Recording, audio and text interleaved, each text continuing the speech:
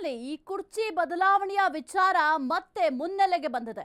ಒಂದು ಕಡೆ DCM DK Shivakumar ಅವರು ಮೌನ ಮಂತ್ರವನ್ನ ಜಪಿಸ್ತಾ ಇದ್ದಾರೆ. ಮತ್ತೊಂದು ಕಡೆ ಸಿಎಂ ಸಿದ್ದರಾಮಯ್ಯ ಅವರು ನಾನೇ 5 ವರ್ಷ ಸಿಎಂ ಅಂತ ಹೇಳ್ತಿದ್ದಾರೆ. ಕೈಪಡಿಯಲ್ಲಿ ಮತ್ತೆ ನವೆಂಬರ್ ಕ್ರಾಂತಿ ಸಂಚಲನ ಮೂಡಿದೆ. ಸಿಎಂ ಕುರ್ಚಿ ಮೇಲೆ ಡಿಸಿಎಂ ಡಿಕೆ ಶಿವಕುಮಾರ್ ಅವರು ಕಣ್ಣಿಟ್ಟಿದ್ದಾರೆ.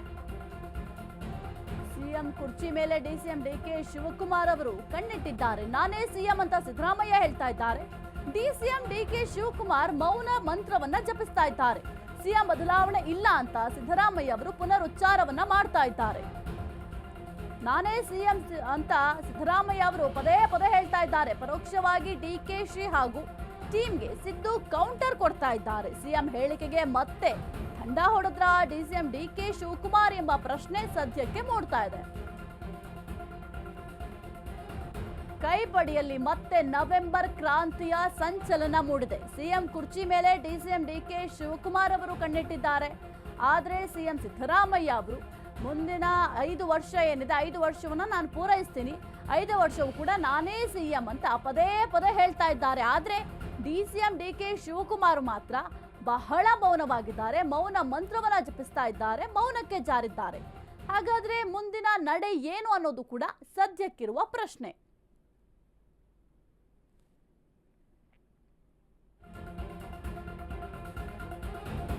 ಎಸ್, ಹೈಕಮಾಂಡ್ ಹೇಳಿದ್ದೇ ಫೈನಲ್ ಅಂತ ಸಿದ್ದರಾಮಯ್ಯ ಪದೇ ಪದೇ ಹೇಳ್ತಾರೆ. ವರಿಷ್ಠರ ಮೇಲೂ ಕೂಡ ಡಿಸಿಎಂ ಡಿಕೆ ಶಿವಕುಮಾರ್ ಈ ಒಂದು ವಿಚಾರಕ್ಕೆ ಮುನಿಸಿಕೊಂಡ್ರ ಎಂಬ ಪ್ರಶ್ನೆ ಮೂಡ್ತಾ ಇದೆ. ಹೈಕಮಾಂಡ್ ಹೇಳಿದ್ದೇ ಫೈನಲ್, ಇಲ್ಲಿ ನಮ್ಮ ನಿರ್ಧಾರ ಏನಿಲ್ಲ, ಹೈಕಮಾಂಡ್ ಏನ್ ಡಿಸಿಷನ್ ತಗೊಳುತ್ತೆ ಅದೆಲ್ಲದಕ್ಕೂ ಕೂಡ ನಾವು ಸಮ್ಮತಿಯನ್ನ ಸೂಚಿಸ್ತೀವಿ, ಅದಕ್ಕೆ ಬದ್ಧವಾಗಿದ್ದೀವಿ ಅಂತ ಸಿಎಂ ಸಿದ್ದರಾಮಯ್ಯ ಅವರು ಹೇಳ್ತಿದ್ದಾರೆ. ಸುರ್ಜೇವಾಲಾ ರಾಜ್ಯಕ್ಕೆ ಬಂದರೂ ಕೂಡ ಡಿಕೆಶಿ ಮಾತ್ರ ಗೈರಾಗಿದ್ದಾರೆ. ನಿನ್ನೆ ಪುಲಕೇಶಿ ನಗರದಲ್ಲಿ ವೋಟ್ ಚೋರಿ ಕಾರ್ಯಕ್ರಮ ಇತ್ತು. ಆ ಕಾರ್ಯಕ್ರಮಕ್ಕೂ ಕೂಡ ಡಿಕೆ ಶಿವಕುಮಾರ್ ಅವರು ಹೋಗಿರಲಿಲ್ಲ. ಅವರೇ ಈ ಒಂದು ಕಾರ್ಯಕ್ರಮದ ಉಸ್ತುವಾರಿಯನ್ನು ವಹಿಸಿಕೊಂಡಿದ್ರು.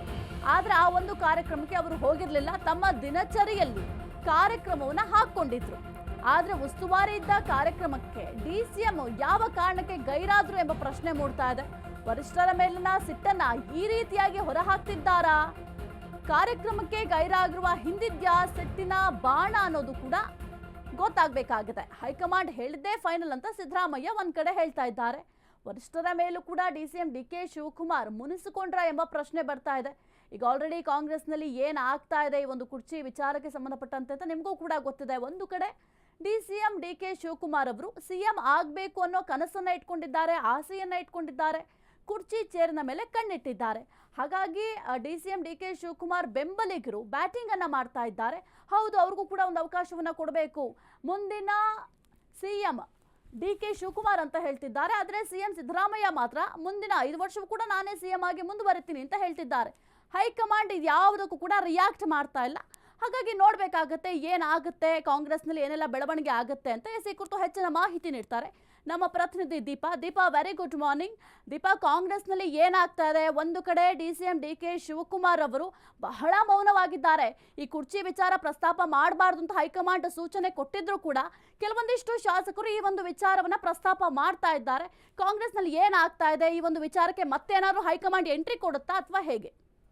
ಸಾಹಿತ್ಯ ಪವರ್ ಶೇರಿಂಗ್ ವಿಚಾರ ಇಲ್ಲಿಗೆ ನಿಲ್ಲುವಂತಹ ಯಾವುದೇ ಲಕ್ಷಣಗಳು ಕಾಣ್ತಾ ಇಲ್ಲ. ಪ್ರಮುಖವಾಗಿ ನಾನೇ 5 ವರ್ಷ ಸಿಎಂ ಅನ್ನುವಂತಹದ್ದನ್ನು ಸಿದ್ದರಾಮಯ್ಯ ಹೇಳಿದ್ರು ಕೂಡ ತೆರೆಮರೆಯಲ್ಲಿ ಡಿಕೆ ಶಿವಕುಮಾರ್ ಒಂದು ಪ್ರಯತ್ನಗಳಂತೂ ಮಾಡ್ತಾ ಇದ್ದಾರೆ. ಆದರೆ ಇದೆಲ್ಲದರ ನಡುವೆ ಮತ್ತೊಮ್ಮೆ ಸ್ಪಷ್ಟಪಡಿಸಿದಂತಹದ್ದು 5 ವರ್ಷ ನಾನೇ ಸಿಎಂ ಆಗಿರ್ತೇನೆ ಅನ್ನುವಂತಹ ಸಿಎಂ ಸಿದ್ದರಾಮಯ್ಯ ಅವರ ಹೇಳಿಕೆ. ಜೊತೆಗೆ ಹೈಕಮಾಂಡ್ ಯಾವ ಮಾತನ್ನ ಹೇಳುತ್ತೆ ಅದಕ್ಕೆ ನಾನು ಬದ್ಧ ಅನ್ನುವಂತಹ ರೀತಿಯಲ್ಲಿ ಹೇಳಿದೆ. ಈಗ ಆಲ್ರೆಡಿ ಹೈಕಮಾಂಡ್ ಸಿದ್ದರಾಮಯ್ಯ ಅವರನ್ನ ಕೆಳಗಿಳಿಸುವಂತಹ ಯಾವುದೇ ಒಂದು ಗೋಜಲಿಗೆ ಹೋಗೋದಿಲ್ಲ ಅನ್ನುವಂತಹದಂತೂ ಸ್ಪಷ್ಟ. ಉದಾಹರಣೆ ಬಿಜೆಪಿಯಲ್ಲಾದಂತಹ ಒಂದಿಷ್ಟು ಅಂದ್ರೆ ಯಡಿಯೂರಪ್ಪ ಅವರನ್ನ ಕೆಳಗಿಳಿಸಿದ ನಂತರದಲ್ಲಿ ಪಕ್ಷ ಏನಾಯ್ತು ಅನ್ನುವಂತಹ ನಿಟ್ಟಿನಲ್ಲಿ ಕಾಂಗ್ರೆಸ್ ಹೈಕಮಾಂಡ್ ಕೂಡ ಒಂದಿಷ್ಟು ಮನವರಿಕೆ ಮಾಡಿಕೊಂಡಿದೆ ಅನ್ನುವಂತಹದ್ದು ರಾಜ್ಯ ರಾಜಕೀಯ ಅದರಲ್ಲೂ ಕಾಂಗ್ರೆಸ್ನಲ್ಲಿ ಚರ್ಚೆ ಆಗ್ತಾ ಇರುವಂತಹ ವಿಚಾರ. ಇದೆಲ್ಲದರ ನಡುವೆ ಇತ್ತೀಚೆಗೆ ಅಂದ್ರೆ ವೋಟ್ ಚೋರಿ ವಿಚಾರವಾಗಿ ನಿನ್ನೆ ಪುಲಕೇಶಿ ನಗರದಲ್ಲಿ ನಡೆದಂತಹ ಒಂದು ಕಾರ್ಯಕ್ರಮಕ್ಕೆ, ಅದು ಪಕ್ಷದ ಕಾರ್ಯಕ್ರಮ, ಜೊತೆಗೆ ಉಸ್ತುವಾರಿ ಸುರ್ಜೇವಾಲಾ ಅವರು ಕೂಡ ಭಾಗಿಯಾಗಿದ್ದಂತಹ ಕಾರ್ಯಕ್ರಮ, ಆ ಕಾರ್ಯಕ್ರಮದಲ್ಲಿ ವಿಚಾರದಲ್ಲಿ DK ಶಿವಕುಮಾರ್ ಗೈರಾಗೋ ಮೂಲಕ ಇದೀಗ ಅಚ್ಚರಿಯನ್ನು ಮೂಡಿಸಿದ್ದಾರೆ. ಬೇಕು ಅಂತಲೇ ಪಕ್ಷದಿಂದ ಹಿಂದೆ ಅಂದರೆ ಪಕ್ಷದ ಒಂದಿಷ್ಟು ಕಾರ್ಯಕ್ರಮಗಳಿಂದ ದೂರ ಸರಿತಿದ್ದಾರಾ ಅಥವಾ ಹೈಕಮಾಂಡ್ ಮೇಲಿನ ಸಿಟ್ಟನ್ನು ಈ ರೀತಿ ಹೊರ ಹಾಕ್ತಿದ್ದಾರಾ ಅಂತ. ಯಾಕಂದರೆ ಪದೇ ಪದೇ ಹೈಕಮಾಂಡ್ ಭೇಟಿಗೆ ಹೋದಂತಹ DK ಶಿವಕುಮಾರ್ಗೆ ಕೆಲವೊಂದಿಷ್ಟು ಸಮಯದಲ್ಲಿ ಹೈಕಮಾಂಡ್ ನಾಯಕರು ಸಿಕ್ಕಿರಲಿಲ್ಲ. ಜೊತೆಗೆ ಈ ಪವರ್ ಶೇರಿಂಗ್ ವಿಚಾರವಾಗಿ ಯಾವುದೇ ಸ್ಪಷ್ಟತೆಯನ್ನು ಕೂಡ ಇಲ್ಲಿಯವರೆಗೆ ಕೊಟ್ಟಿಲ್ಲ. ಅಂದರೆ ರಾಹುಲ್ ಗಾಂಧಿ ಅವರು ಹೇಳಿದರೆ ನಾನು ಬಿಟ್ಕೊಡ್ತೇನೆ ಅನ್ನುವಂತಹ ಮನಸ್ಥಿತಿಯಲ್ಲಿರುವಂತಹ ಸಿದ್ದರಾಮಯ್ಯ ಅವರಿಗೆ ಒಂದು ಮಾತು ಹೇಳಿದರೆ ನನಗೆ CM ಸ್ಥಾನ ಸಿಗುತ್ತೆ ಅನ್ನುವಂತಹದ್ದು ಗೊತ್ತಿರುವಂತಹ ವಿಚಾರ ಆದರೂ ಕೂಡ ನನಗೆ ಇವರು ಸಪೋರ್ಟ್ ಮಾಡ್ತಿಲ್ಲ ಅನ್ನುವಂತಹದ್ದು DK ಶಿವಕುಮಾರ್ ಮನಸ್ಸಲ್ಲಿರುವಂತಹ ಒಂದಿಷ್ಟು ಅನಿಸಿಕೆ. ಹಾಗಾಗಿ ಇತ್ತೀಚಿನ ಒಂದಿಷ್ಟು ಕಾರ್ಯಕ್ರಮ, ಯಾಕಂದರೆ ದಸರಾ ಉದ್ಘಾಟನೆಗೆ ಗೈರಾದರು. ಈಗ ಪುಲ್ಕೇಶಿ ನಗರದಲ್ಲಿ ರಾಹುಲ್ ಗಾಂಧಿ ಅವರ ಒಂದು ಆರೋಪದ ಕಾರ್ಯಕ್ರಮಗಳೇನಿತ್ತು ಅದು ಪ್ರಮುಖವಾದ ಕಾರ್ಯಕ್ರಮ, ಪಕ್ಷದ ಕಾರ್ಯಕ್ರಮ. ರಾಜ್ಯದ KPCC ಅಧ್ಯಕ್ಷರಾಗಿ ಆ ಕಾರ್ಯಕ್ರಮಕ್ಕೆ ಹೋಗದೇ ಇರುವಂತಹದ್ದು ಎಲ್ಲೋ ಒಂದು ಕಡೆ ಸಾಕಷ್ಟು ಅಚ್ಚರಿಗೆ ಕಾರಣ ಆಗಿದೆ. ಹಾಗಾಗಿ ಇದೆಲ್ಲ ಬೆಳವಣಿಗೆಗಳು ಕೂಡ DK ಶಿವಕುಮಾರ್ ಮತ್ತೊಂದು ಪ್ರಯತ್ನ ಅಥವಾ ಮತ್ತೊಂದು ತಂತ್ರವನ್ನು ಮಾಡ್ತಿದ್ದಾರೆ ಈ ಮೂಲಕ ಅನ್ನುವಂತಹದ್ದಂತೂ ಸ್ಪಷ್ಟ ಸಾಹಿತ್ಯ. ಓಕೆ, ಥ್ಯಾಂಕ್ ಯು ದೀಪಾ ನಿಮ್ಮೆಲ್ಲ ಮಾಹಿತಿಗಾಗಿ. ಈಗ ವರಿಷ್ಠರ ಮೇಲೂ ಕೂಡ DK ಶಿವಕುಮಾರ್ ಮುನಿಸ್ಕೊಂಡಂತೆ ಕಾಣ್ತಾ ಇದೆ. ಏನೀಗ ಮೌನವಾಗಿದ್ದಾರೆ, ಮೌನದ ಮೂಲಕ ಏನಾದರೂ ಹೈಕಮಾಂಡ್ಗೆ ಸಂದೇಶವನ್ನ ರವಾನೆ ಮಾಡ್ತಿದ್ದಾರೆ ಎಂಬ ಪ್ರಶ್ನೆ ಕೂಡ ಸದ್ಯಕ್ಕೆ ಎಲ್ಲರಲ್ಲೂ ಕೂಡ ಮೂಡ್ತಾ ಇರುವಂಥದ್ದು. ಯಾಕೆಂತಂದ್ರೆ ಈ CM ಕುರ್ಚಿ ಬದಲಾವಣೆಯ ವಿಚಾರ ಸಾಕಷ್ಟು ಚರ್ಚೆಗೂ ಕೂಡ ಗ್ರಾಸ ಆಗಿದೆ. ಹಿಂದೆಯೂ ಕೂಡ ಈ ಒಂದು ವಿಚಾರ ಬಹಳ ಪ್ರಸ್ತಾಪ ಆಗಿತ್ತು. ಆ ಸಂದರ್ಭದಲ್ಲಿ ಹೈಕಮಾಂಡ್ ಎಂಟ್ರಿ ಕೊಟ್ಟಿತ್ತು.